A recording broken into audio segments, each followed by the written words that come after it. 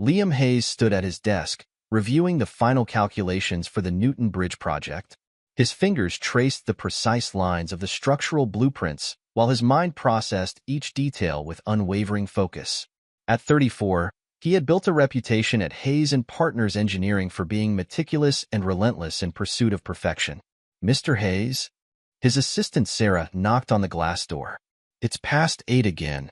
Liam glanced at his watch, surprised by how time had slipped away. "Thanks, Sarah. You should head home too." "Your wife called earlier," Sarah mentioned, hesitating at the door. "She said not to worry about dinner. She's going out with colleagues." Something flickered across Liam's features, a momentary tightening around his eyes, before he nodded. "Right. Thanks for letting me know." After Sarah left, Liam leaned back in his chair, his thoughts drifting to Clara. Their relationship had started 5 years ago at a mutual friend's gallery opening. He remembered how she had commanded attention in her red dress, her laugh carrying across the room. She had approached him first, drawn to his quiet confidence. "You're the only person here who isn't pretending to understand modern art," she had said, champagne glass in hand. "That obvious?" he had replied, making her laugh. Refreshingly so. Their courtship had been swift and passionate. Clara's energy had been infectious, pulling Liam out of his structured world into one filled with spontaneous weekend trips and lavish parties. He had found himself opening up, sharing stories about his father's factory work and the values that had shaped him. "Your dad sounds amazing," Clara had said during one of their early dates. "Mine just threw money at problems and called it parenting." Now, sitting in his dimly lit office, Liam realized how long it had been since they'd had a real conversation. Clara's recent behavior nagged at him. The late nights, the constant phone notifications, the way she turned her screen away when he entered the room. He pushed the thoughts aside, focusing instead on their upcoming company party. It would be a chance to reconnect. The drive home took him past their usual florist. On impulse, he stopped and selected a bouquet of red roses, Clara's favorite. The shop owner, Mrs. Chun, smiled as she wrapped them. "Special occasion?" she asked. "Sometimes you don't need one," Liam replied, thinking of the way Clara used to light up at unexpected gestures. Their suburban home stood quiet when he arrived. Inside, the kitchen remained untouched since morning. Liam placed the flowers in a vase, positioning them where Clara would see them first thing tomorrow. He moved through their evening routine alone, checking mail, reviewing documents, preparing for the next day.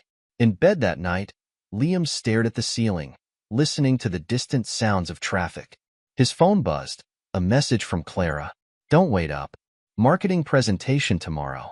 Need to prep with the team. See. No love you," or emoji, another small change he had noticed lately. Liam composed several responses before settling on a simple, "good luck tomorrow." He turned off his phone and tried to sleep, but his mind kept returning to the growing distance between them. The next morning brought a flurry of activity at the office. The Newton Bridge project deadline loomed, and Liam immersed himself in work. Around noon, his friend Marcus stopped by. "You're coming to the party tonight, right?" Marcus asked, perching on the edge of Liam's desk. "Helen's been asking about Clara." "Wouldn't miss it," Liam replied, not looking up from his calculations. "Everything okay with you two? Haven't seen you at poker night in weeks." Liam paused, considering how to answer. "Just busy with work."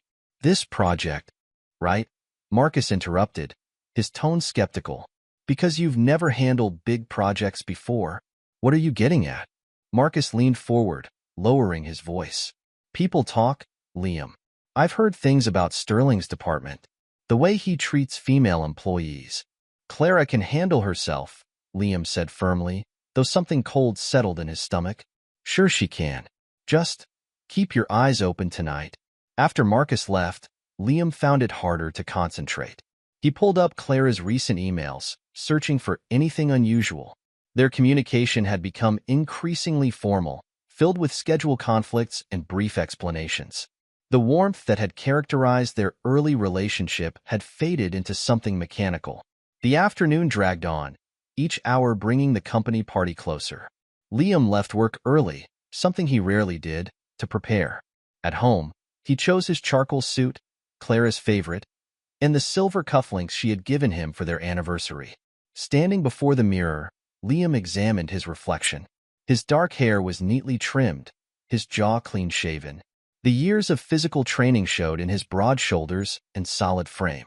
He wasn't the type to draw immediate attention in a room, but his presence commanded respect once noticed. The flowers still sat untouched in their vase. Liam arrived at the venue early, watching his colleagues filtered in. He noticed the subtle social dynamics at play. The office politics he usually ignored suddenly seemed more relevant. Sterling's arrival created a ripple effect, people gravitating toward him like moths to flame. The man moved with practiced charm, his designer suit and perfect smile making him look more like a movie star than a marketing executive. Clara arrived separately, causing Liam's breath to catch. She wore a black dress he had never seen before, her blonde hair styled in elegant waves. She didn't look for him immediately, instead scanning the room before making her way to a group of marketing department employees. Liam watched as Sterling approached his wife, noting how Clara's body language changed. She stood straighter, laughed more freely. The interaction seemed practiced, familiar in a way that made his hands clench involuntarily. "Mr. Hayes?" He turned to find Maya from accounting standing nearby, her expression uncertain. "Maya, please call me Liam." "Liam," she corrected, fidgeting with her glass. There's something you should know." He waited, maintaining his composure despite the dread building in his chest. "Clara's been spending a lot of time with Mr. Sterling," Maya continued, her voice barely above a whisper. "Not just at work. I've seen them. Together. Outside office hours." "Together how?" Liam's voice remained steady, but his eyes hardened. "They've been meeting at the Grand Hotel. Multiple times. I work part-time at their restaurant and—" Maya trailed off, looking uncomfortable. "Thank you, Maya," Liam said, his tone controlled. "Excuse me." He moved through the crowd with purpose, the flowers he had brought feeling heavy in his hand. As he approached the main hall, the sound of familiar laughter drew his attention. Following it, he found himself facing a scene that would forever change his life. The chapter concludes with Liam discovering Clara and Sterling in an intimate moment, setting the stage for the confrontation to come in Chapter 2. Chapter 2, Dance of Deceit. In the dimly lit corner of the hall, Clara's laughter rang out again, but this time it struck Liam differently, hollow, performative, like a badly acted scene. Sterling's hands rested possessively on her waist, his fingers splayed across the fabric of her new dress. They moved together with practiced familiarity, their bodies aligned in a way that spoke of intimate knowledge rather than casual dancing. Liam's mind captured every detail with brutal clarity. The way Sterling's thumb traced small circles on Clara's hip, the slight flush on her cheeks that he used to believe was reserved for him, the predatory satisfaction in Sterling's eyes as he pulled her closer, deliberately making a show of their connection. "What's happening here?" Liam's voice cut through their intimate bubble, causing Clara to startle. She turned, but Sterling's hands remained firmly on her waist. "Oh, honey." Clara's voice carried a false brightness that made Liam's stomach turn. "James was just teaching me some dance moves for the charity gala next month." Sterling's lips curved into a smirk. "Your wife's quite the natural, Hayes. Quick learner." His hands slid lower on Clara's hips, a deliberate provocation. "Take your hands off my wife." Liam's words came out quiet, but charged with lethal intent. Now, Sterling drawled, pulling Clara even closer. "No need to be jealous. We're all friends here, aren't we, Clara?" Clara's expression flickered between anxiety and defiance. "Liam, you're overreacting. This is completely innocent." "Innocent?" Liam stepped forward, his presence suddenly filling the space. "Like your late nights at the Grand Hotel?" The color drained from Clara's face. Sterling's smirk widened as he moved slightly in front of her, creating a barrier between husband and wife. "Careful, Hayes," Sterling warned, his voice dropping to a dangerous whisper. "You're making a scene. Wouldn't want to damage your professional reputation, would you?"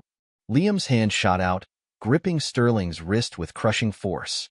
"Remove your hands from my wife, or I'll remove them for you."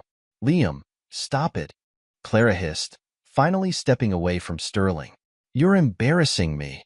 "I'm embarrassing you?" Liam's laugh held no humor. That's rich coming from a woman grinding against her boss in public. Sterling flexed his freed wrist, his eyes glittering with malice. Looks like someone can't handle seeing their wife enjoy herself. Clara deserves a man who can keep up with her ambitions. You mean a man who preys on his employees? Liam's voice remained controlled, but his words carried deadly precision. How many others before Clara? Sterling? Or is she special because she's married? Don't you dare! Clara interrupted, her face flushed with anger now. You have no idea what you're talking about. Then enlighten me, Clara. Explain why my wife needs private dance lessons in hotel rooms. The surrounding crowd had begun to notice the tension, conversations dying down as attention shifted to their corner. Clara glanced around nervously before grabbing Liam's arm. We need to talk about this at home, she whispered urgently. No, Liam stated firmly, shaking off her grip. We're going to talk about it right here, in front of your lover and everyone else. Sterling stepped forward, his height advantage minimal, but his stance aggressive. Back off, Hayes. Clara's made her choice. Her choice. Liam's eyes locked onto Sterling's, unflinching. You mean your manipulation? Your promises of promotion in exchange for spreading her legs? The sound of Clara's slap echoed through the now silent hall. Liam didn't flinch, didn't even blink. He simply turned his gaze to his wife, seeing her clearly for the first time. How dare you? Clara seethed, tears of rage in her eyes. You have no right. I have every right. Liam cut her off, his voice ice cold. I'm your husband. Or did you forget that between hotel meetings? Sterling moved to intervene, but Liam's quick step forward made him hesitate. Despite the difference in their social standing, something in Liam's demeanor warned of barely contained violence. Touch me, Liam invited quietly, and find out exactly what kind of man you've been provoking. Is that a threat, Hayes? Sterling attempted to maintain his superior tone, but uncertainty had crept in. No, Sterling. It's a promise. Liam's smile held no warmth. You want to take what's mine? Be prepared for war. Clara grabbed Sterling's arm, pulling him back. James, don't. He's not worth it. She turned to Liam, her expression a mixture of contempt and fear. We'll discuss this at home. You're making a fool of yourself. The only fool here is the man who thought he could touch my wife without consequences. Liam's gaze swept over them both. Enjoy your dance. The music's about to change. He turned and walked away, his movements measured and controlled. The crowd parted before him, conversations resuming in urgent whispers. The flowers he had brought lay forgotten on a nearby table, their red petals a stark contrast to the white tablecloth. Behind him, he heard Sterling's attempted recovery, a forced laugh, a dismissive comment about jealous husbands. But Liam caught the edge of fear in the man's voice, the slight tremor that betrayed his unease. Maya appeared at his side as he reached the exit. Liam, I'm so sorry. I should have told you sooner. How long have you known? A few weeks, she admitted. At first, I wasn't sure. Then I saw them at the hotel. I need details, Liam stated, his mind already formulating plans. Everything you've seen, every interaction. Can you help me? Maya nodded, her expression determined. They deserve whatever's coming to them. Yes, Liam agreed, his voice devoid of emotion. They do. As he drove home, Liam's thoughts crystallized into cold clarity. The man who had believed in love and trust was gone, replaced by someone harder, someone capable of calculating revenge rather than wallowing in pain. The house was dark when he arrived, Clara's car notably absent. He moved through the rooms methodically, gathering evidence of their life together. Photos, documents, anything that might prove useful in what was to come. His phone buzzed with a message from Clara, staying at a friend's. We'll talk tomorrow. Liam didn't bother responding. Instead, he pulled up his contact list and dialed a number he hadn't used in years. Marcus? I need your skills. It's time to put your PI license to work. The line crackled with Marcus's response, but Liam's attention had fixed on the wedding photo on his desk. Clara's smile, once precious, now seemed like the first lie in an elaborate deception. Find everything, he instructed. Their meetings, their communications, their weaknesses. I want it all. He hung up and picked up the photo, studying it one last time before letting it fall into the trash. Tomorrow would bring Clara's excuses and attempts at manipulation, but tonight belonged to planning. The architect of structures would become the architect of their downfall.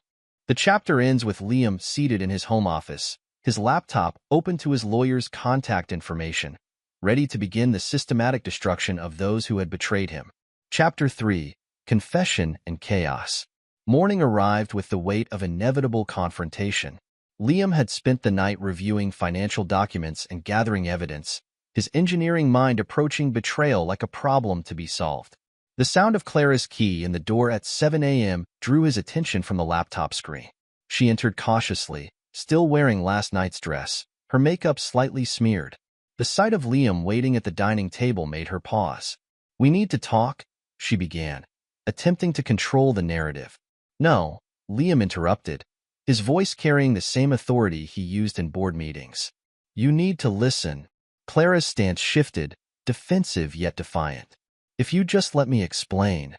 "Explain what?" Liam's question cut through her prepared speech. "How long you've been fucking Sterling? Or how you plan to hide it?" "Don't be crude," Clara snapped, moving to pour herself coffee. Her hands shook slightly, betraying her nervousness. "Things aren't that simple. Actually, they are." Liam pushed a stack of papers across the table. Hotel receipts, restaurant charges, even a few interesting email exchanges I managed to recover.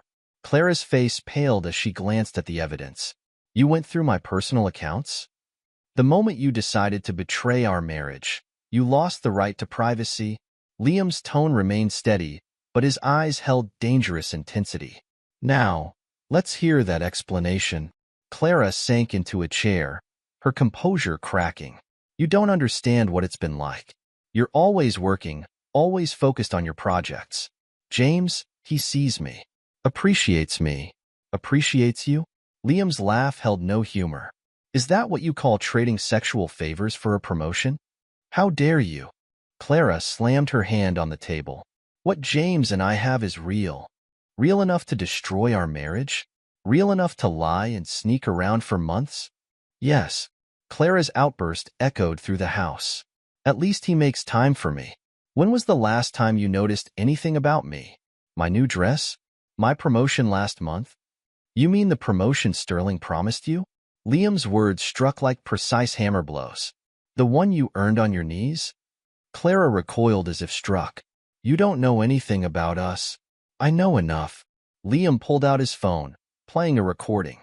Sterling's voice filled the room, discussing their next private meeting. Clara's responding giggle made her current self flinch. "You recorded us?" Her voice trembled with rage and fear. "No, Maya did." Liam watched realization dawn on her face. "Apparently, the walls at the Grand Hotel aren't as thick as you thought." Clara's composure shattered completely. "Fine. Yes, I've been seeing James. For months now. And you know what? He makes me feel alive. He understands ambition, status, things you've never cared about. So it's about status?"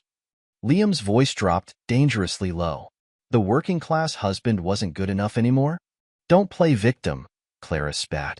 "You've been so wrapped up in your precious projects, you never saw me slipping away. James showed me what I was missing: excitement, passion. A man who matches my aspirations." Liam stood slowly, his presence filling the room. "A man who's used the same lines on 3 other married employees? Who promised them all the same promotion?" Clara's certainty wavered. "You're lying." "Am I?"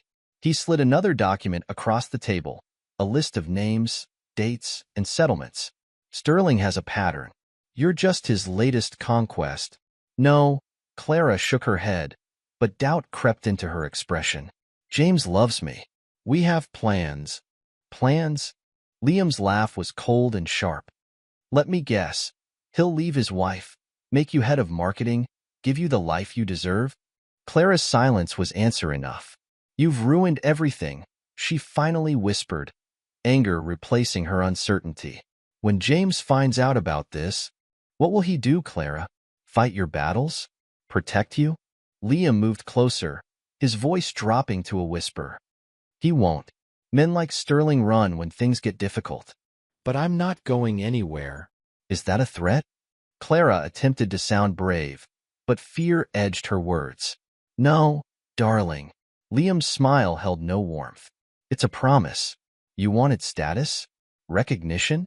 Watch what happens when I decide to take everything from you both. You'll regret this, Clara hissed, grabbing her purse. I'll make sure you regret this. You have no idea what I'm capable of. Actually, I do. Liam remained perfectly still. I see you clearly now. The woman I married never existed. She was just a mask for this creature of ambition and betrayal. Go to hell, Liam. You first love. Clara stormed out, slamming the door behind her. Liam waited until her car engine faded before pulling out his phone again. David? It's Liam Hayes. I need your services. Yes, divorce. But I want more than that. I want to make sure they both lose everything. David Walker's voice came through clear and professional. I take it this is about Sterling? You've heard? Small legal community. His name's come up in similar cases. A pause. Most husbands just want a quick divorce. I'm not most husbands. Liam's voice hardened. I want this done right. Systematically. No mercy. That's not usually your style, Liam. My style changed when my wife decided to fuck her boss for a promotion. David's sigh crackled through the speaker. Come by the office tomorrow. Bring everything you have. And Liam? Don't do anything rash tonight. No, Liam agreed, staring at the wedding photo he'd placed face down. Nothing rash. Just calculated. Very, very calculated. After hanging up, Liam moved through their house like a stranger, seeing evidence of Clara's deception everywhere. The new clothes she'd bought for her business meetings, the decreased number of photos of them together, the subtle signs he'd missed while trusting in their marriage. The bedroom still smelled faintly of her perfume. Liam opened the closet, noting the empty spaces where she'd already removed some clothes. A small velvet box caught his eye, the earrings he'd given her for their last anniversary, never worn. His phone buzzed with a text from Marcus. Got some preliminary info. Sterling's got skeletons. Deep ones. Wanna meet? Liam typed back a single word. Tomorrow. The first act was ending, but Liam's transformation was just beginning. The man who had valued order and stability now embraced chaos, controlled chaos, weaponized chaos. Clara and Sterling had gambled with his trust. Now they would learn the price of betrayal. He opened his laptop one final time that night, creating a new folder labeled Scorched Earth. Inside, he began documenting everything: times, dates, conversations. The engineer in him appreciated the symmetry. They had systematically destroyed his marriage. He would systematically destroy their lives. The house grew dark around him as night fell, but Liam kept working. The time for emotion had passed. Now was the time for planning, for precision, for the kind of cold calculation that would leave nothing to chance. Chapter 4. The Unveiling Truth. Liam's office phone rang at precisely 9 a.m. Marcus's voice came through, terse and focused. Meet me at O'Malley's. Lunch. I found things you need to see. The morning dragged as Liam reviewed project specifications, his mind continuously drifting to the upcoming meeting. At noon, he found Marcus already seated in a corner booth, a thick manila envelope on the table. You look like hell, Marcus observed as Liam sat down. Skip the small talk. What did you find? Marcus slid the envelope across the table. Sterling's been busy. 3 affairs in the past 2 years, all with married employees. 2 ended in quick transfers to other departments. 1 ended in a quiet settlement. Liam opened the envelope, scanning the documents inside. Photos, email printouts, and bank statements painted a clear picture. He has a pattern. Gets close to ambitious women, promises promotions, then discards them when he's done. Marcus leaned forward. But Clara's different. She's not just a victim of his usual game. Explain. She's been orchestrating this for months. Look at the 3rd page, expense reports from the Grand Hotel. She booked the rooms, not Sterling. She initiated most of their meetings. Marcus tapped a highlighted section. And there's more. Maya came through with some interesting office gossip. Liam's jaw tightened. Tell me. Clara's been bragging to co-workers about her upgrade, telling them how Sterling promises to make her head of marketing once they're together officially. She's even started looking at houses in his neighborhood. The waiter approached their table, but one look at Liam's expression made him retreat. There's a paper trail, Marcus continued. She's been moving money from your joint accounts into a private one. Small amounts, building up over time. Planning her exit strategy while playing the devoted wife. Liam's hands remained steady as he examined the bank statements. She's been stealing from me while fucking him. How much? Almost 50,000 so far. She's good at covering her tracks, but not good enough. Marcus pulled out another document. And here's where it gets interesting. Sterling's done this before, but never with someone so ambitious. Your wife saw an opportunity and grabbed it. She's not just his latest conquest. She's his willing accomplice. The restaurant's lunch crowd buzzed around them, oblivious to the storm brewing in their corner. I want everything, Liam stated, his voice deadly calm. Bank records, hotel receipts, witnesses. Build me a case that will destroy them both. Already on it. Marcus hesitated. But there's something else you should know. Clara's been spreading rumors about you at work, painting you as controlling, maybe even abusive, setting up her defense.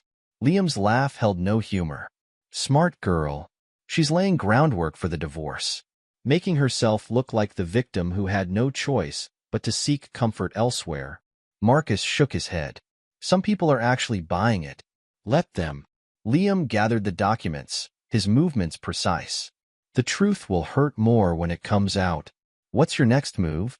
I have a meeting with David this afternoon. Time to start the legal machinery. Liam stood, straightening his tie. Keep digging, Marcus. I want to know everything. Their routines, their weaknesses, their plans. Leave no stone unturned. This is going to get ugly, Liam. It already is.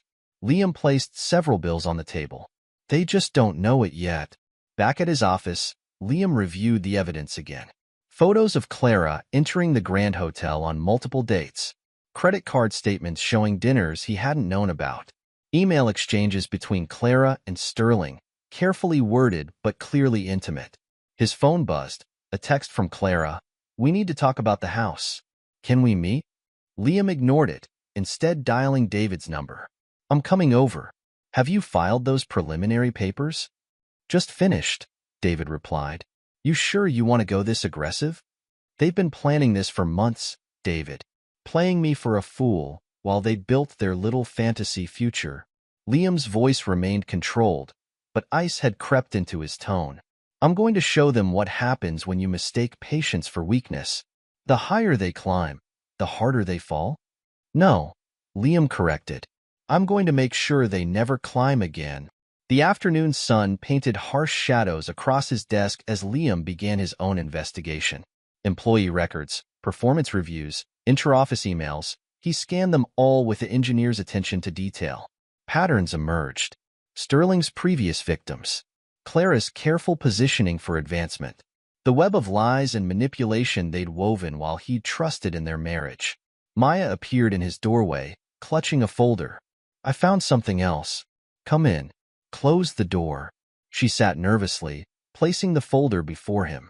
Clara's been recording your arguments. Small disagreements she provoked, then taped without your knowledge. She's building a case. Of course she is. Liam opened the folder, finding transcripts of conversations he barely remembered. How did you get these? She asked me to type them up. Said she needed them for her protection. Maya's disgust was evident. I made copies. Why are you helping me, Maya? She met his gaze steadily. Because I watched Sterling destroy my sister's marriage last year. She was too afraid to fight back. You're not. Liam nodded slowly. No, I'm not. Thank you, Maya. This will be useful. After she left, Liam added the new evidence to his growing arsenal. Clara thought she was clever, recording their conversations. She didn't realize she was only documenting her own manipulation. His computer chimed with an email from Marcus. Found Sterling's previous settlements. Non-disclosure agreements, but money trails don't lie. Call me. The pieces were falling into place. Sterling's pattern of predatory behavior. Clara's calculated betrayal. Their shared arrogance in thinking they could orchestrate this without consequences. Liam's phone buzzed again. Another text from Clara. "Stop ignoring me. We need to resolve this like adults." He finally responded. "All communication through lawyers from now on." Her reply came instantly. "Don't be ridiculous. We can work this out. Like you worked it out with Sterling? In hotel rooms I paid for?" A pause then. "You're making a mistake, Liam. A big one." "No, Clara. The mistake was yours. Thinking you could play me for a fool. Is that what this is about? Your wounded male pride?" Liam's reply was simple. "It's about justice. Watch what happens next." He muted her number and returned to his work. The Newton Bridge project demanded attention, and he refused to let personal chaos affect professional excellence. His team needed leadership, not distraction. As evening approached, Marcus called again. "Sterling's getting nervous. Started cleaning up his digital footprint. Too late for that. Way too late. I've got copies of everything. But here's the interesting part. He's been asking about you. Trying to dig up dirt." Liam smiled grimly. "Let him try. You're enjoying this, aren't you?" "Not enjoying. Preparing. They thought they could destroy what I built. Now they'll learn what real destruction looks like." The first chapter of Act 2 ends with Liam fully immersed in his investigation, the truth of Clara and Sterling's deception laid bare, setting the stage for the legal battle to come. Chapter 5. The Legal Battlefield. The law offices of Walker and Associates occupied the top floor of a downtown building. David's corner office offered a view of the city Clara so desperately wanted to conquer. Liam sat across from his old friend, watching as David reviewed the latest evidence. "This is impressive work," David admitted, closing the folder. "Sterling's got a clear pattern of misconduct, and Clara's financial maneuvers show premeditation. But they're not going down without a fight. I'm counting on it." Her lawyer called this morning. "They're pushing for a quick settlement, 50-50 split, clean break." David leaned back in his chair. "They think you'll want to avoid scandal. They don't know me at all." Liam's voice carried the weight of certainty. "What's our counter?" "I've prepared a response that will make their heads spin. We're going after everything, the house, accounts, even her personal assets. And we're citing moral turpitude clauses that could affect her employment. She'll fight dirty. Already is." David pulled out another file. "Got this from her attorney an hour ago. Claims of emotional abuse, controlling behavior, financial manipulation. She's trying to flip the script." Liam didn't flinch. "As expected. Maya's transcripts? Gold. They show Clara deliberately provoking arguments, then editing the recordings to paint herself as a victim. It's amateur hour stuff, but it shows intent to deceive." "What about Sterling?" "He's vulnerable. The company has strict policies about relationships between supervisors and subordinates. If this goes public, his position becomes untenable." "Good." Liam stood, moving to the window. "I want them to feel what's coming, to know they can't escape it." They've scheduled a deposition for next week. Clara's lawyer thinks he can rattle you. He's welcome to try. The deposition room felt like an arena. Clara sat across the table, dressed for battle in designer clothes bought with stolen money. Her lawyer, a sharp-featured man named Richard Bennett, arranged papers with practiced precision. "Mr. Hayes," Bennett began, "let's discuss your controlling tendencies." "Objection," David interrupted. "Characterization." "I'll rephrase. Mr. Hayes, how often did you monitor your wife's spending?" "I reviewed our joint accounts monthly, as any responsible partner would." Liam's voice remained steady, especially after noticing unauthorized transfers. Clara's composure slipped slightly. Bennett pressed on. "And did you approve of your wife's career advancement?" "I supported it, until I discovered it was being achieved through sexual favors rather than merit." "Objection." Bennett stood. "This is inflammatory." "It's factual," David countered. "We have evidence of quid pro quo arrangements between Mrs. Hayes and Mr. Sterling." Clara leaned forward. "That's a lie." "Really?" Liam met her gaze. "Should we discuss the Grand Hotel receipts? Or the email where you offered to do anything for that promotion?" Color drained from Clara's face. Bennett called for a break, hustling his client from the room. David smiled grimly. Round one to us. But they'll be back with more ammunition. Let them come. Liam gathered his papers. I've got truth on my side. The next week brought Clara's counteroffensive.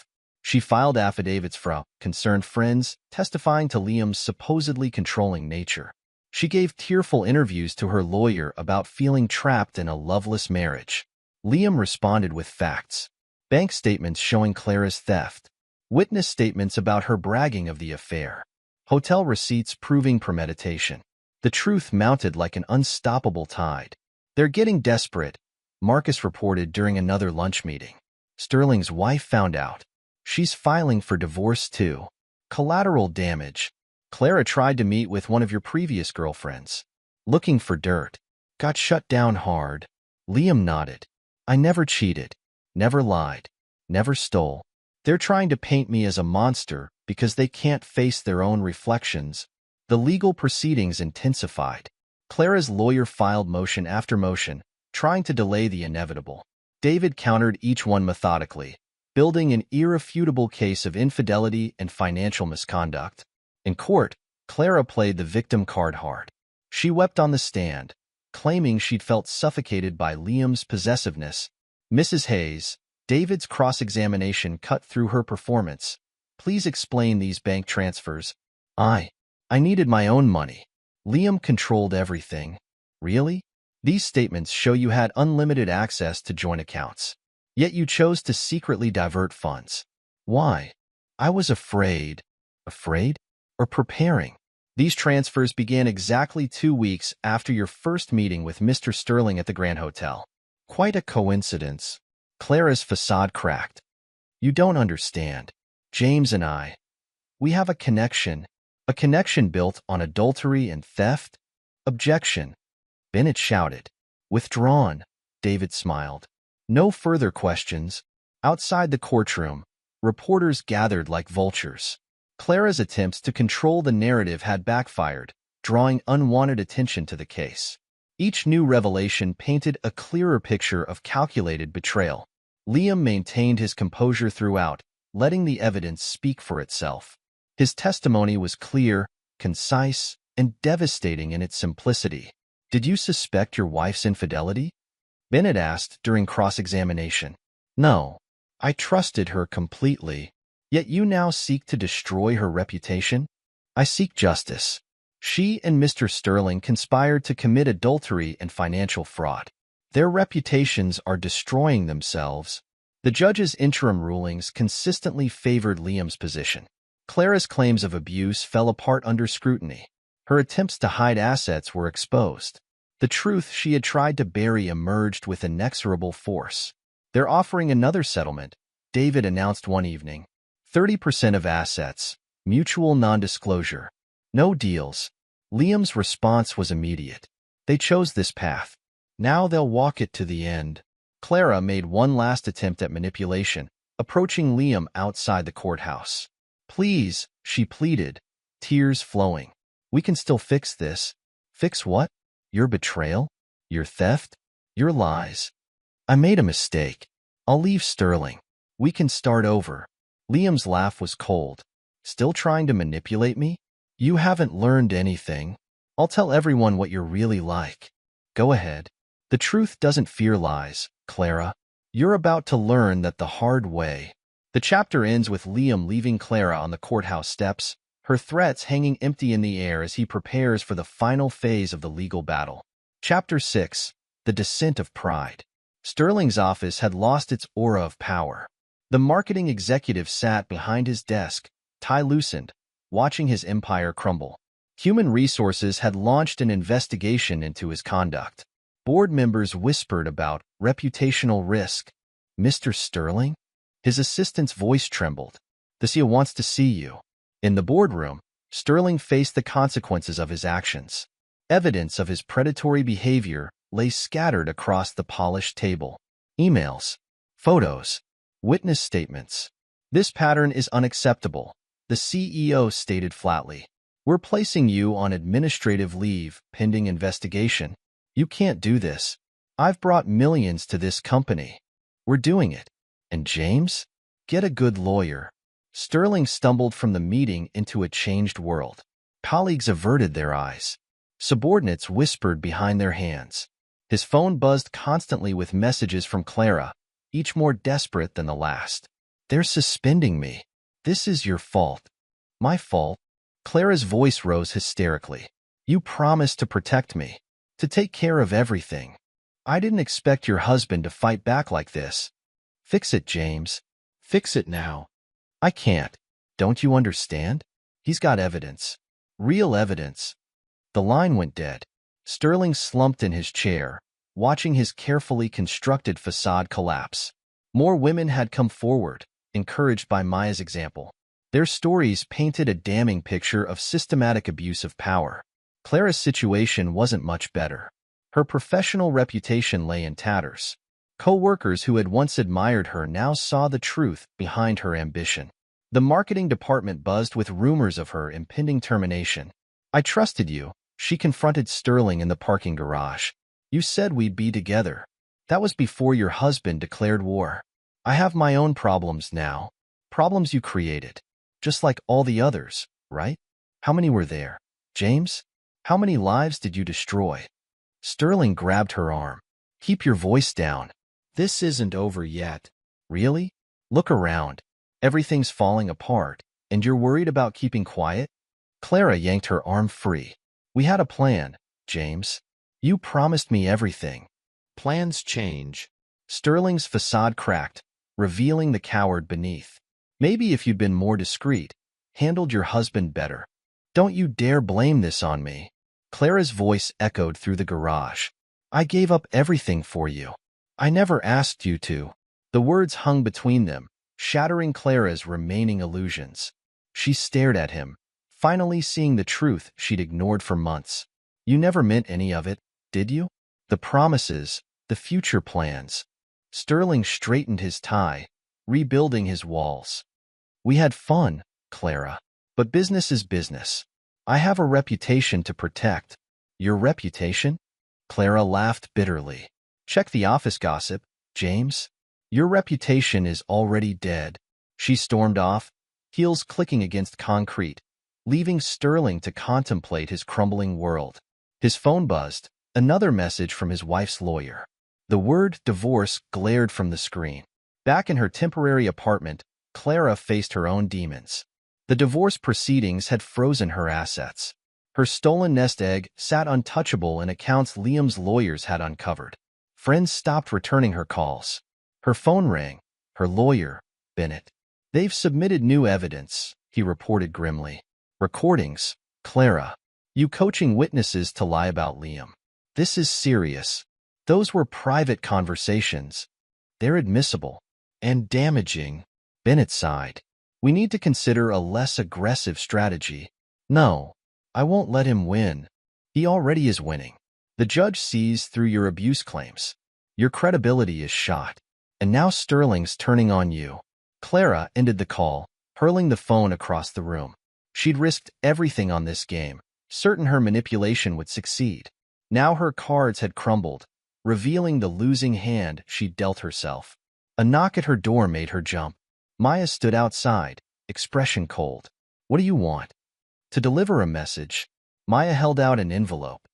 "You should know what's coming." Inside, Clara found photos, herself and Sterling in various compromising situations. Email printouts, bank statements, a complete record of her betrayal.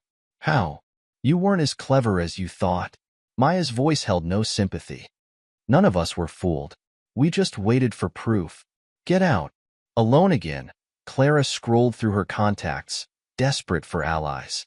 Names blurred past, friends who distanced themselves, colleagues who refused to return calls. Her support system had vanished like morning mist. She tried Sterling's number again. Straight to voicemail. Her text messages went unread. The man who'd promised to stand beside her had disappeared, leaving her to face the consequences alone. In a final act of desperation, she drove to Liam's house, their former home. Through the windows, she could see him working in his office, unchanged by the chaos she'd created. She raised her hand to knock, then stopped. What could she say? What lies remained unused? What manipulation might still work? The truth hit her like a physical blow. She had no moves left, no cards to play, no strings to pull. Her carefully constructed world of ambition and deceit had collapsed, leaving her standing alone in the ruins. Her phone buzzed, an email from HR requesting a meeting tomorrow. Subject line: termination discussion. Clara slumped against her steering wheel, finally understanding the full scope of her destruction. She'd gambled everything on Sterling's promises, sacrificed her marriage for a fantasy of status and power. Now she stood to lose it all. She drove back to her empty apartment, past the life she'd thrown away, toward the uncertain future she'd created. Tomorrow would bring more revelations, more consequences, more evidence of her betrayal. The storm she'd helped create now raged beyond her control. The second act closes with both Clara and Sterling facing the inevitable reckoning of their choices. Their alliance has shattered under pressure, their arrogance replaced by desperate fear. Meanwhile, Liam's methodical pursuit of justice continues, inexorable as a force of nature. Chapter 7. The Final Nail. The judge's gavel struck with finality. In the matter of Hayes versus Hayes, this court finds in favor of the plaintiff. The defendant's claims of marital abuse are dismissed as unfounded and malicious. Clara sat rigid in her chair as the judge continued reading the verdict. Each word hammered another nail into the coffin of her ambitions. Furthermore, given the evidence of financial misconduct and the defendant's attempts to deceive this court, all marital assets are awarded to the plaintiff, Liam Hayes. Your Honor. Bennett jumped up. We request an appeal. Save it, counselor. The judge's voice cut through the protest. Your client's credibility is non-existent. Be grateful I'm not recommending perjury charges. Liam observed the proceedings with cold satisfaction. David leaned over, whispering, Want to twist the knife? Present the new evidence. David stood, his voice carrying through the courtroom. Your Honor, we have additional documentation regarding Mrs. Hayes's misconduct. Evidence of her attempting to bribe witnesses, forge documents, and conspire with Mr. James Sterling to commit fraud. Clara's face drained of color. Sterling, seated in the gallery, shifted uncomfortably. Submit it to my chambers, the judge ordered. And Mr. Sterling? Don't leave town. The DA's office will want to speak with you. Outside the courthouse, reporters swarmed. Clara pushed through them, ignoring questions about her affair and financial crimes. Sterling attempted to follow, but Liam's voice stopped him. Running already, James? Sterling turned, his usual swagger replaced by barely concealed fear. This isn't over, Hayes. Actually, it is. Liam approached, each step measured. The board meets tomorrow. Marcus sent them quite a file on your activities. You can't. I already have. Liam's smile held no warmth. Your other victims are coming forward. All of them. The NDAs won't hold up against criminal charges. Sterling's facade cracked. What do you want? Justice. Liam nodded to a group of approaching police officers. Detective Morrison wants to discuss those company funds you've been misappropriating. As Sterling was led away, Clara made one last attempt to salvage her position. Liam, please. We can work something out. Like you worked out your false abuse claims? Liam's voice drew the reporter's attention. Or the witnesses you tried to bribe? I never. Save the lies, Clara. We have it all on record. He turned to the press. My lawyer will provide documentation of Mrs. Hayes's attempts to commit perjury, her financial crimes, and her conspiracy with Mr. Sterling to defraud both me and their company. The reporters surged forward, cameras flashing. Clara retreated to her car, pursued by questions about her affair and criminal activities. Back at his office, Liam reviewed Marcus's final report. The private investigator had outdone himself, uncovering a web of deception that stretched back years. Sterling's going down hard, Marcus announced, dropping more files on the desk. 5 other women have come forward. 2 had abortions. 1 attempted suicide. All paid off with company money. And Clara? Her reputation's finished. Those recordings we leaked to HR? They're launching a full investigation. Sexual misconduct, financial impropriety, corporate espionage. She was feeding Sterling confidential information from competitor meetings. Liam nodded, satisfaction coursing through him. Send everything to the DA's office. I want formal charges filed. Already done. But there's more. Marcus grinned. Remember those private social media posts where she bragged about manipulating you? They're not so private anymore. Good. Liam turned to his computer, pulling up an email from David. The judge is recommending criminal charges for both of them. The DA's office wants to make an example of corporate sexual misconduct. You're destroying them. They destroyed themselves. I'm just ensuring they face the consequences. The phone rang Maya with more news. Sterling's wife filed for divorce. She's cooperating with prosecutors, turning over evidence of his offshore accounts. Perfect. Liam's revenge was unfolding exactly as planned. Keep me updated on Clara's reaction. She's spiraling. HR suspended her this morning. She tried to access her office, but security escorted her out. She's been calling everyone, trying to save her reputation, but no one's taking her calls. The pieces were falling perfectly into place. Sterling faced criminal charges and professional ruin. Clara's carefully constructed social facade had crumbled, revealing the manipulative fraud beneath. Their arrogance had been their downfall, leading them to leave evidence of their crimes everywhere. David called next. The judge signed the order freezing Clara's accounts. She can't access the money she stole or hide any more assets. Sterling's assets are under scrutiny too. The SEC is involved now. Excellent. Push for maximum charges. I want them to feel this for years to come. They will. Sterling's looking at serious time for financial fraud. Clara might dodge jail, but her professional life is over. No one will hire her after this scandal. Liam hung up, satisfaction flowing through him. He had promised them consequences, and now they were reaping what they'd sown. Their destruction wasn't born of emotional vengeance, but calculated justice. The chapter ends with Liam reviewing the morning headlines. Corporate sex scandal rocks Des Moines. Executive and mistress face criminal charges. Pattern of abuse exposed. His revenge was becoming public, systematic, and absolute. Chapter 8. The Unmasking. The media storm hit like a tsunami. Local newspapers ran front-page stories about Sterling's predatory behavior and Clara's complicity. National outlets picked up the scandal, focusing on the corporate abuse angle. Social media exploded with hashtags and viral posts. Sterling's mugshot dominated the coverage. The once polished executive now looked haunted, his arrest for financial crimes and sexual misconduct drawing nationwide attention.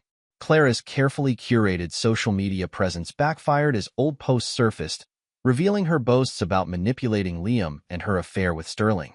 The stories everywhere, Marcus reported, showing Liam his phone. Twitter's calling it corpo cheaters. Your evidence drops are trending. Liam watched the chaos unfold with calculated precision. Each revelation had been timed for maximum impact. Sterling's victims spoke out, their stories collaborative his pattern of abuse. Clara's attempts to paint herself as a victim collapsed under the weight of evidence. The company board meeting was particularly satisfying. Liam attended as Sterling's crimes were laid bare. Years of systematic abuse, the CEO announced. Multiple victims. Millions in misappropriated funds. Our reputation is in tatters. Sterling tried to defend himself, but the evidence was overwhelming. Emails, financial records, witness statements. His empire of manipulation crumbled in real time. You're terminated, effective immediately, the CEO declared. And we're cooperating fully with the criminal investigation. Clara's professional execution was equally thorough. HR's investigation revealed the full scope of her deception. We've uncovered evidence of corporate espionage, the HR director stated. Confidential information leaked to competitors. Falsified expense reports. Attempts to blackmail colleagues. Clara's protests fell on deaf ears. Her termination was public and humiliating. Security escorting her from the building as employees watched.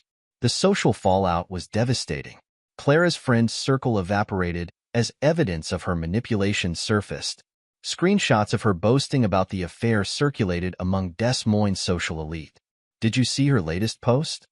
Maya showed Liam her phone. She's claiming she's the victim of a smear campaign. The comments beneath Clara's post were ruthless. Homewrecker got what she deserved. Can't believe we trusted her. Sterling's accomplice. They belong in jail. Sterling's wife gave a damning interview to a national magazine, detailing years of suspicions and gaslighting. Other executives' wives followed, describing Clara's attempts to infiltrate their social circle while sleeping with their husbands. Local business leaders distanced themselves from Sterling. Country club memberships were revoked. Charity boards requested their resignations. Their social destruction was absolute. "They're running out of allies," Marcus noted. Sterling's lawyer quit after the SEC evidence came out. Clara's getting desperate. She tried to sell her story to a tabloid, but they fact-checked with us first. Liam's phone buzzed with a text from Clara. "You've ruined my life. Are you happy now?" He replied simply, "You ruined your own life. I just exposed the truth." The media circus intensified as more victims came forward. Sterling's predatory pattern extended beyond their company. Other firms reported similar behaviors during his previous positions. "It's a feeding frenzy," David observed. "Everyone they've ever wronged is speaking out. Their reputations are beyond salvation." Clara made one last attempt at damage control, scheduling a TV interview to tell her side. The decision backfired spectacularly when the host confronted her with Liam's evidence. "These are your emails," the host stated. "Planning the affair. Stealing company funds. Attempting to frame your husband for abuse. How do you explain this?" Clara's stammered responses became instant viral clips. Her public humiliation was complete. Sterling faced his own media crucifixion. Financial programs detailed his crimes. Industry publications exposed his history of harassment. Former colleagues shared stories of his arrogance and abuse. "The DA's office is pushing for maximum sentences," David reported. "They want to make examples of them both."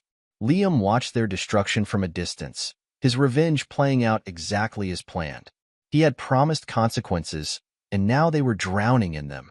The chapter closes with Clara and Sterling's complete social and professional annihilation, their carefully constructed facades shattered beyond repair.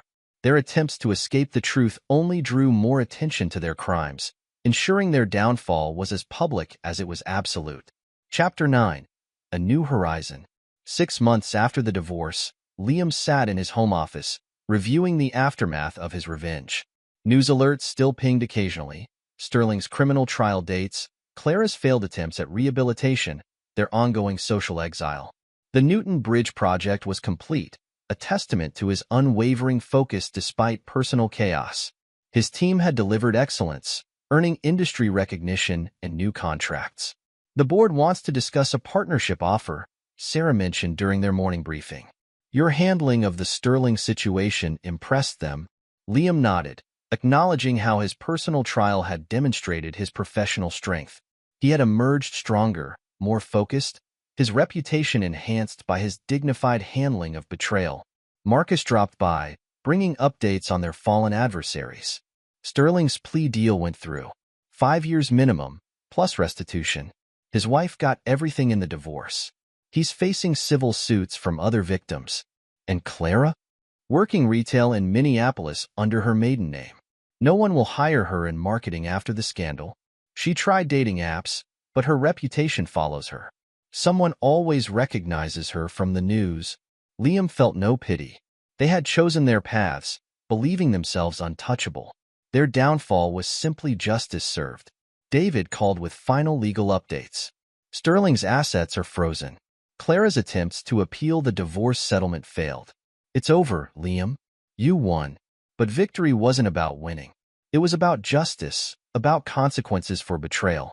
Liam had removed toxic influences from his life with surgical precision. His phone buzzed, a dinner invitation from Maya. Their friendship had deepened through shared determination to expose truth. She understood his transformation from trusting husband to calculated avenger. "You've changed," she noted over dinner. "But not in the way they intended." "How so?" "They thought they'd break you. Instead, you became stronger. Showed others how to fight back." She was right. His experience had become a blueprint for others facing similar betrayals. He helped Marcus with other cases, providing insights into exposing manipulators. "What's next?" Maya asked. "Moving forward. The past is settled." His home, once shared with Clara, now reflected his singular vision. Gone were traces of their marriage, replaced by representations of his new life. The office gossip had evolved. No longer was he the wronged husband. He was the man who had faced betrayal with strength and dignity, emerging victorious through truth and justice. New opportunities emerged. Speaking engagements about corporate ethics. Consulting offers from firms dealing with similar scandals.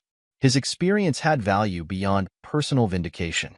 "You've inspired others," Marcus commented during their weekly meetup. 3 more of Sterling's victims came forward last week. "Said your case gave them courage." Liam accepted this role with the same precision he applied to engineering. His story became a warning to would-be manipulators and hope for their victims. The final traces of his old life faded. Clara's last desperate attempts at contact went ignored. Sterling's appeals generated brief media mentions, but no sympathy. They were ghosts, cautionary tales of hubris and betrayal. His father's lessons about honesty and hard work had proven true. Character revealed itself through actions, and consequences followed choices. Liam had stayed true to his principles while ensuring justice prevailed. The chapter closes with Liam at peace, his revenge complete but not consuming. He had faced betrayal, calculated his response, and executed justice with precision. The future beckoned, unencumbered by the past shadows. Liam triumphant, but not diminished by vengeance. He had walked through fire and emerged stronger, his principles intact, his justice served. The price of betrayal had been paid in full, leaving him free to embrace his new horizon. Epilogue. 5 years later. The Des Moines Business Journal's headline read, "Hayes Engineering celebrates 5th anniversary. CEO Liam Hayes announces global expansion." The article featured a photo of Liam, now 39, standing confidently before his company's headquarters. The past 5 years had treated him well. Success had added gravitas to his presence without diminishing his calculated strength. In his corner office, Liam reviewed the quarterly reports with Sarah, who had followed him from his previous firm to become his chief operating officer. "Singapore office is exceeding projections," Sarah noted, sliding across the latest figures. "And the London branch wants to increase their project capacity." "Good. Have Marcus vet the new partners. I want full background checks before we proceed." Marcus had transformed his private investigation firm into a corporate security consultancy, with Hayes Engineering as his primary client. His experience exposing Sterling and Clara had created a blueprint for identifying corporate misconduct. "Already on it," Sarah confirmed. "He's concerned about one board member's history. Possible sexual harassment cover-up at his previous company. Remove him from consideration. We don't give second chances to predators." The incident with Sterling and Clara had reshaped more than just Liam's personal life. Hayes Engineering became known for its zero-tolerance policy toward workplace misconduct. Their corporate culture emphasized integrity as much as innovation. Maya knocked on his office door. She had risen to become Hayes Engineering's chief financial officer, her talent for uncovering financial misconduct proving invaluable. "You're going to want to see this," she said, placing a tablet on his desk. "Sterling's up for parole." Liam scanned the article. Sterling had served 4 years of his 5-year sentence for financial crimes and sexual misconduct. His attempt at early release had drawn immediate opposition. "His victims are testifying at the hearing," Maya continued. 11 women now. 3 more came forward after he went to prison. "Make sure they have support," Liam instructed. "Our legal team should offer assistance if they need it." David Walker's firm handled Hayes Engineering's legal affairs, their reputation for aggressive prosecution of corporate misconduct making them industry leaders. The Sterling case had become a landmark example of holding executives accountable. "There's more," Maya added. "Clara tried to contact me through LinkedIn. She's working as a junior marketing assistant in Seattle. Wanted to know if we'd consider removing some of the online documentation of her case." "No." Liam's response was immediate. "The truth stays public. Let others learn from their example." The aftermath of his revenge had evolved into a broader mission.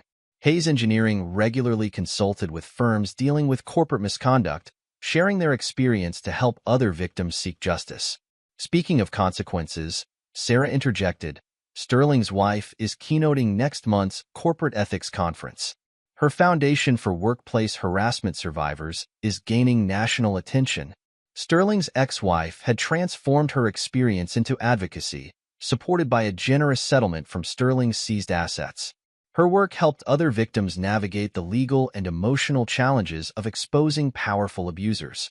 Later that evening, Liam met Marcus at their usual spot. O'Malley's had become a weekly tradition. The private investigator's business had expanded to 3 states, specializing in corporate misconduct investigations. "Remember Anderson from the old firm?" Marcus asked, settling into their corner booth. "He reached out today. Wants advice on handling a situation similar to Sterling's. Send him to David. We'll help him build a case." "Already did. But that's not why I brought it up." Marcus leaned forward. "Guess who's involved in Anderson's case?" "Clara." Liam's expression didn't change. "Details. She's not the predator this time. She's helping expose one. Says our case taught her the importance of speaking up. She's working with several other victims to build evidence." "Interesting choice of redemption. People can change," Marcus observed, "though some just learn to hide better." Speaking of which, Sterling's wife sent over his latest parole application.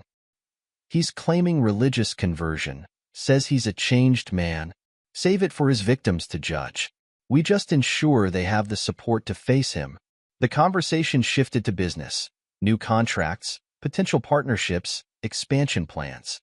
Hayes Engineering had grown beyond Liam's initial vision, becoming a symbol of corporate integrity. Maya joined them later, bringing updates about the company's charitable foundation. They had established a fund to help workplace misconduct victims pursue legal action, turning their experience into positive change. "The support group network is expanding," she reported. 3 new chapters this month. Having safe spaces to share experiences helps people realize they're not alone. "Good." Liam approved. "Make sure they have whatever resources they need." His phone buzzed, a message from his wife, Dr. Jennifer Hayes, chief of neurosurgery at Des Moines General. They had met 2 years after his divorce, her direct nature and ethical strength matching his own. "Dinner with the Walkers tonight," her text reminded. David wants to discuss expanding the legal aid program. Liam's relationship with Jennifer had developed naturally, built on mutual respect and shared values. She understood his past without being defined by it, appreciating the strength that had emerged from his trial. "How's the home front?" Marcus inquired, noting Liam's slight smile at the text. "Jennifer's research grant got approved. She's pioneering new trauma treatment protocols." Pride colored his voice. "And the twins are terrorizing their preschool teachers with inherited perfectionism." His 4-year-old daughters had their father's analytical mind and their mother's determination. Their presence in his life stood as living proof that betrayal hadn't dimmed his capacity for love. It had taught him to love more wisely. "And Clara's kid?" Maya asked carefully, still monitoring that situation. During their divorce discovery, they had learned Clara had been pregnant with Sterling's child. The boy, now 4, lived with Clara in Seattle under her maiden name. Trust funds still in place, Liam confirmed. Anonymous deposits each month. The child shouldn't suffer for his parents' crimes. This decision had surprised many, but Liam's sense of justice extended to protecting innocence. The boy would have educational opportunities, though his parents would never know the source of the funds. Sterling tried to contact him, Marcus shared. Clara shut it down. First smart decision she's made in years. Their discussion turned to upcoming projects. Hayes Engineering had several major contracts pending, including infrastructure work in developing nations. Success had brought opportunities to create positive change beyond their original scope. Later that night, at home with Jennifer and their daughters, Liam reflected on the journey that had brought him here. The betrayal that could have broken him had instead forged something stronger, not just personal success, but a mission to help others fight back against abuse and manipulation. "Deep thoughts?" Jennifer inquired, joining him in his home office after putting the twins to bed. "Considering consequences," he replied. "How one action leads to another. Having regrets?" "No." His answer was immediate. They chose their path. I chose justice. Everything that followed came from those choices. Jennifer understood. As a surgeon, she dealt in decisive actions and their consequences. It was one of many ways they aligned. Maya mentioned Clara's attempt at contact, she noted. You okay? Better than okay. Their betrayal led me here. To real success, real love, real purpose. They thought they would destroy me. Instead, they sparked something much bigger than revenge. Hayes Engineering had become a force for corporate accountability. Their legal fund helped victims fight back. Their hiring practices set industry standards for workplace safety. What began as personal justice had grown into systemic change. The twins' teacher asked about your speech next week. Jennifer changed subjects. Apparently, Emma told her class that Daddy puts bad people in jail. Liam laughed. Not exactly my role, but I appreciate the sentiment. His daughters had a simplified understanding of his work. Daddy helped people fight bullies. It wasn't far from truth. Hayes Engineering had become known as much for fighting corporate misconduct as for their technical excellence. The next morning brought news of Sterling's parole hearing. All 11 victims had testified, supported by Hayes Engineering's legal team. His early release was denied. Justice, once served, required constant vigilance to maintain. Maya forwarded an article about Clara. She had finally given an interview, acknowledging her past mistakes and describing her current work helping other victims. Whether this represented genuine change or calculated image rehabilitation remained unclear. Should we respond? Maya asked during their morning meeting. No need, Liam decided. The truth is already public. Let her actions prove her words. The company had grown beyond its origins in revenge. They had contracts across 4 continents, a reputation for excellence and integrity, and a mission that transcended personal vengeance. David arrived for their afternoon meeting with news about the Legal Aid Foundation. 3 new cases had been filed against corporate predators, supported by their resources and expertise. Your experience created a template, David noted. Now others can follow it to justice. The foundation emphasized documentation, legal support, and victim advocacy. They helped people transform from victims to survivors, from targets to champions of change. Anderson's case is moving forward, Marcus reported, joining them. 6 victims coming forward. Clara's testimony could be crucial.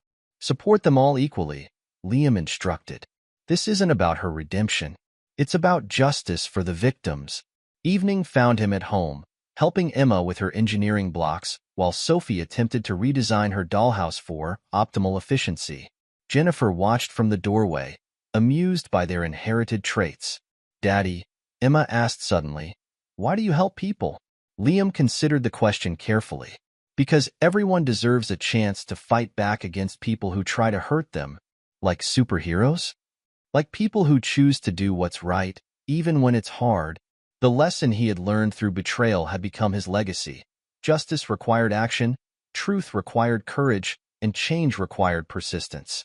His phone buzzed with updates about Sterling's failed parole hearing. The system he had helped strengthen continued working, protecting future potential victims from predators. Maya sent a final report for the day. Hayes Engineering's stock had hit another record high. Success built on integrity proved more durable than empires built on manipulation. 5 years had transformed a story of betrayal into one of triumph, not just personally but systematically. Hayes Engineering stood as proof that fighting back against corruption could create positive change beyond individual justice. The epilogue ends with Liam in his home office, reviewing plans for the company's next expansion. On his desk sat a framed photo of his new family next to his engineering awards. His daughter's laughter echoed from the playroom, while Jennifer reviewed surgical procedures nearby. He had emerged from betrayal stronger, wiser, and more purposeful. The man who had been motivated by revenge had become an architect of change, proving that the best response to betrayal wasn't just punishment of the guilty, but creation of systems to protect the innocent. The price of betrayal had been paid in full, transformed into a legacy of justice that would outlast the original wound. Liam Hayes had turned personal pain into public purpose, private revenge into systemic reform, and individual triumph into lasting change. This is where our story comes to an end. Share your thoughts in the comments section. Thanks for your time. If you enjoy this story, please subscribe to this channel. Click on the video you see on the screen, and I will see you there.